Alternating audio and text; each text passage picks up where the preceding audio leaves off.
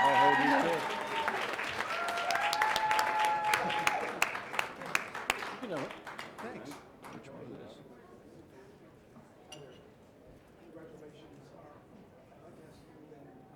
The lead actor on this, the same question. My uncle was a senior scientist on the Manhattan Project, so this has been something that's always interested me. He knew Oppenheimer. I would like both of you to, if you could, talk about what you feel the tragedy and the message of, if you assume that's correct, the tragedy and the message of Oppenheimer, what he did. What is his message? What is the tragedy about Oppenheimer in your opinion? That's a heavy question for a backstage interview, but let me think. No, I think the tragedy and what drew me to the story is that certainly in the later part of his story, post-World War II, post-Trinity, he always maintained his loyalty to his country, what he needed to do, never apologized for what he did, and yet all of his actions are the actions of somebody racked by tremendous guilt, and that tension really is what drew me to it. But Cillian, you should answer too. Come forward.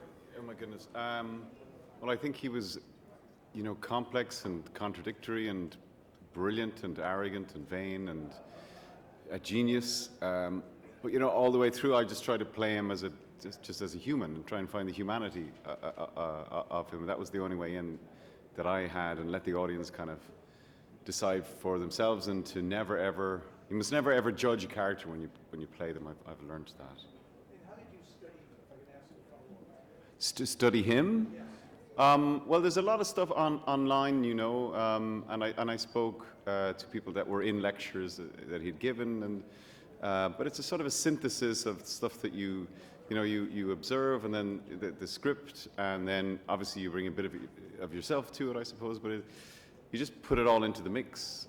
We weren't making a documentary, so it was our version from Chris's script of Oppenheimer, I guess. Thank you. Variety next. Hi there, it's Matt Donnelly from Variety. Congratulations to you all, and as Emma said, Chris, especially to you for this recognition. I think probably the most important thing we could talk about at this moment is, has word of your Peloton instructor's apology reached you, and have you been deterred from using the equipment? Nothing but love for the Peloton, but I did not climb on it today. This is true. I did think, I might just skip it for a little while, but thank you for your concern. All right, we'll do one final question with today's show. Hi, I'm Lexi from the Today Show. Congratulations. I'm so excited for you guys. My question actually specifically is, sorry, it's for Cillian. I know you've spent a lot of the last decade working in both World War I and World War II. Do you feel like you have more to give this time period, or are you ready to explore something else? Have I? I wasn't aware of that. I don't know. I genuinely don't follow genre or historical time. I just follow the story, the script, and the director. That's. You remember Dunkirk, though, right? I do remember that. Okay, I'm just checking. Yeah, I guess it was a very, very turbulent, interesting time in history, and that's why it provoked so many stories. Also, there were no mobile phones, so it was, they don't destroy the story.